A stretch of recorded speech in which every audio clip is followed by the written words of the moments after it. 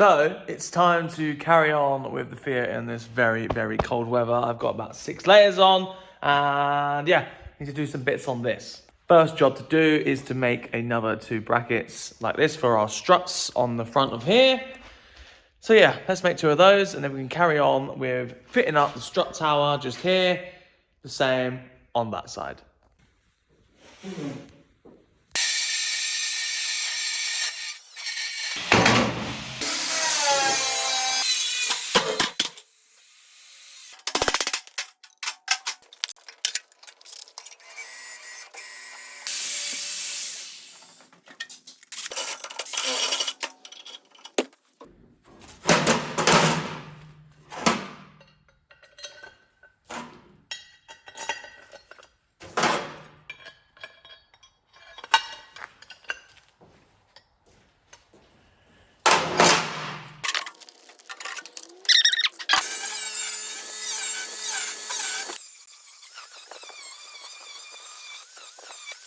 Right, brackets are now done, and you'll notice that the Fiat has moved, and that is because I've spent the time getting this ramp to go up and down. Everything's all run, cables all ran. I literally need to drill it into the floor and basically put the arms on because, yeah, it works. Result. And that also means I'm not working up against the wall, so I can now replace all the inner arch on the driver's side. So I'm hoping we can get this car going up and down in this video, both sides. Let's hope.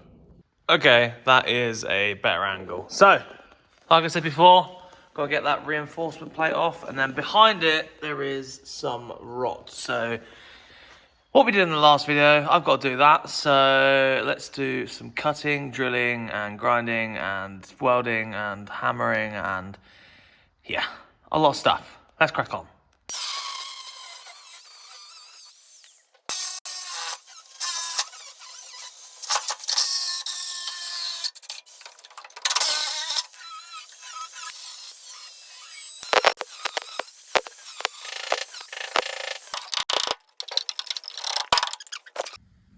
If anything, this side is a lot worse than the other side, so much more to repair.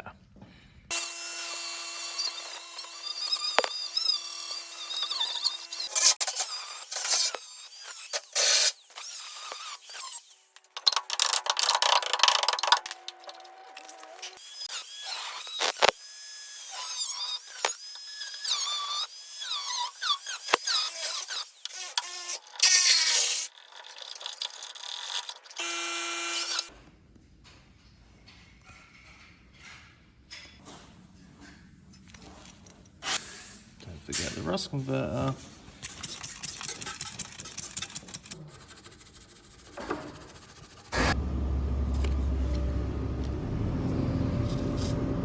Now to make those out of metal.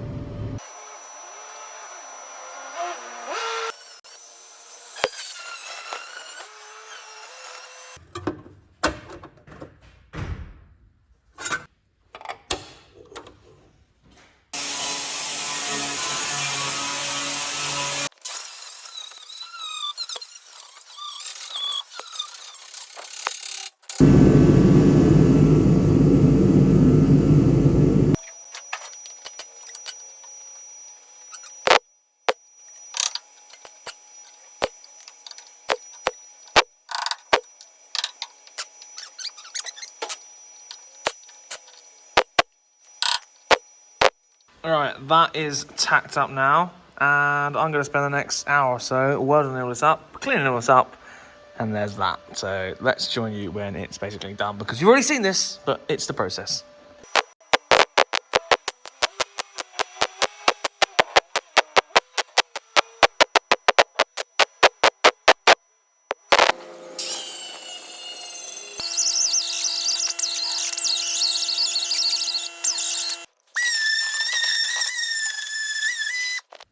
One finished inner arch, and with that, I'm going home. It's freezing. Let's carry on tomorrow.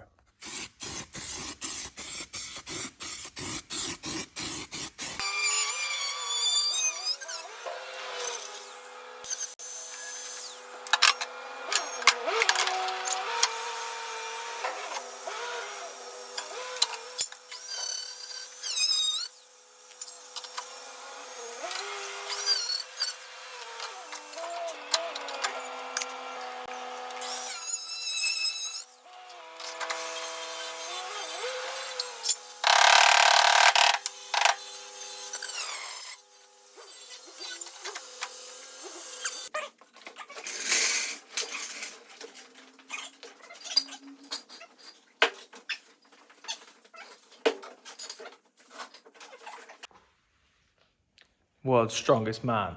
No, world's lightest car. So yeah, car is now in this little position now.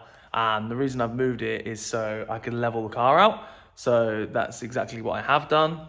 Got the car on axle stands all round, and then I had to find a level surface in the front, and then in the back, we've also got a level surface in there.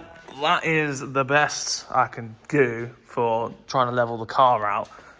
There is literally no flat surface on this entire car to level it out, but we've got it leveled. I had to pack out one of the axle stands to make it tweak, so the body keeps moving because it's an old car and they fold around stuff when you have them jacked up. So the car is leveled out front and back, so that means I can measure up the front struts and make sure they're level. And we have a pair of struts in the front. So yeah, he just saw me getting this one fitted up. This one's also fitted up. So I've got my little level box, and if the wind hasn't blown the level out, it should be 77.545.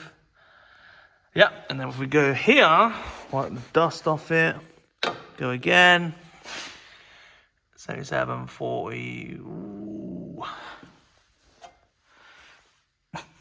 Something like that. These are still, movable, have a little bit of flex into them. So we're in the degree, we're in minute increments of degrees. So yeah, we have the strut tops in their final position, which is pretty cool.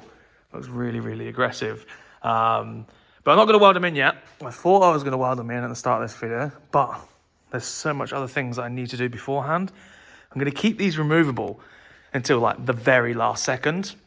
Now, the reason being is we need to make tubs, right? Tubs to fill this massive hole back in. And to do that, we need to sort of set a baseline. I want to do a tub that looks something like this, and then goes inwards. And then I think what I'm going to do is follow this line here, get rid of all of this horribleness because it's like overlapped here. Inside there is just horrible from the start. It is actually rotten down here, so that needs repairing. Same again down here, really rotten, horrible patchwork and stuff in there. So I'm thinking just completely do away with all of this because underneath is just a void. And the only thing that is here is the battery box, which is there. You got your master cylinder. Oh, that's where my pen is drying out because it's not got a lid on it. Big problem. And yeah, I think I'm gonna make it dead straight down, go all the way down to this pinch weld just here and spot the tub through that pinch weld, and that's how the tub will be. I'd love to make it rounded like this, but these folds and everything are really ugly and also rotten. So I think that's what we're going to do. Now, I need to make a baseline to start this off, and before all of this happens, I need to sort out behind the tubs. Now, I've made this little plate here. I'm going to make another one, but this goes in here like this, and that's going to weld in there. And the reason we're putting that there is because, number one, there is a gap to the strut top.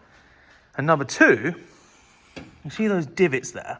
If you go on the inside, they're just really short and they don't really fit the underside of this dash. So what I'm going to do is just make that a flat plate, get rid of the dimples and go straight up to that strut tower. So yeah, that goes in there like so. We'll scribe around that, weld that on, and then you can get to somehow weld the backside of the strut there. I'm gonna have to get my torch in here like this. It's gonna be quite awkward, but yeah, I need to do that. And then once that's welded in the right position, I can undo the strut tower, pull that out, and I'll be able to do the tubs and everything around this strut tower because I should be able to shoehorn the strut tower in through the little gap here. The only thing you'll see of the tub is sort of like directly up from here and then like that. So you'll only see a little tiny sliver of this strut top because we don't need to come all the way up here. The wheel only comes to about here maximum. So we don't need to go massively high That's why I want to do that like that. It doesn't make sense. It doesn't make sense to me either. I'm just going with the flow. Now, I had a couple of people ask me, am I going to put a strut top in between these two towers? And I'm not quite sure yet. I think it should, because it's quite a high point and it's a bit of a leverage point. But because we're putting this car on air ride, it needs compressors, and it's going to have two compressors which need to sit in here. Now, they are the perfect width to sit in between, like that. So I'm thinking about making some sort of like dimple-dyed frame that goes in here, which holds the compressors and also acts as a strut brace at the same time. So it looks like we made it on purpose.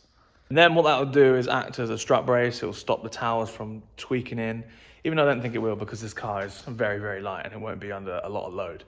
But it's there just in case, and we can incorporate it into the compressors, and it looks like it's not a strut brace, but it is. Just little things like that make the difference. But yeah, that's the plan for that.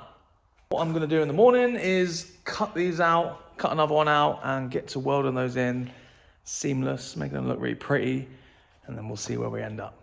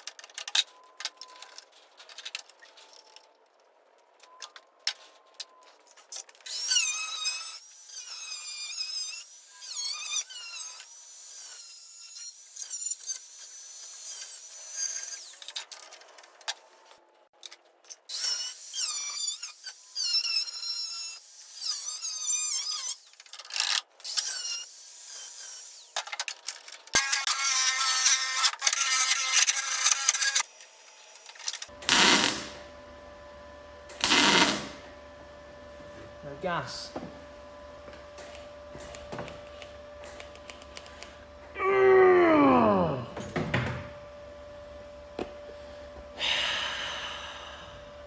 Great. Guess I'm gonna go get some welding gas then. Brilliant.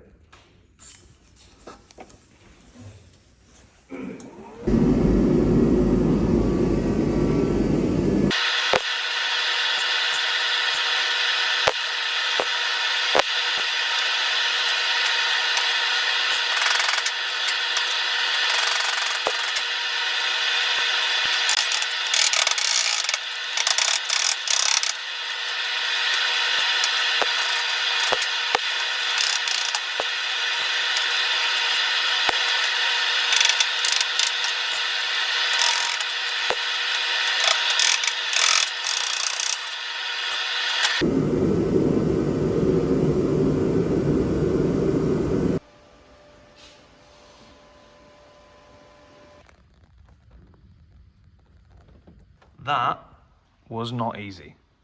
Had to keep hammering dolly the panel because it's such a big flat area with no like dimples in it. I had to make sure it was staying flat the whole time I was welding it, because I don't want to warp this bit here, because, well, I don't want to warp any panel, but especially not this bit where it's awkward to get behind.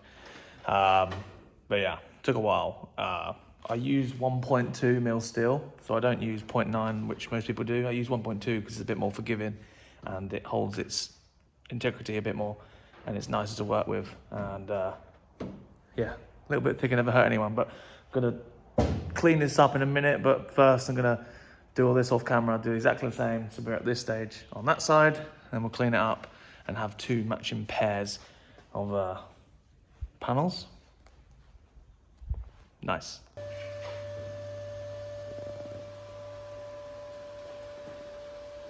Right, so we now have both of these panels welded in. I'm gonna get them ground down. I'm gonna use the angle grinder to get the bulk of it off, and then use the little mini die grinder, which is right here, with a little 60 grit disc on it, and then, you know, make it look really, really nice. So yeah, let's do that.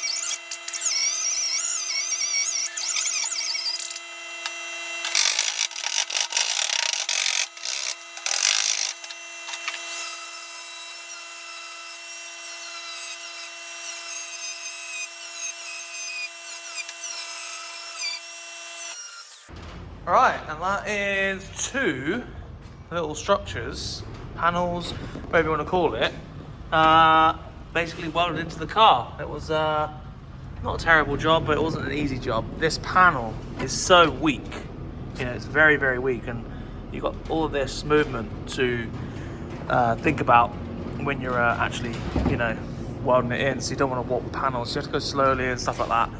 But they're in there. A lot of it will actually get cut out. So the strut tower comes to about here, and then some of this will end up getting cut out. I'm waiting for my finger file belts to clean up the weld on this edge here because I don't have one. I can't get a grinder in there. But yeah, pretty happy with how they turned out. That's one little thing ticked off the list that doesn't look important, but actually is important.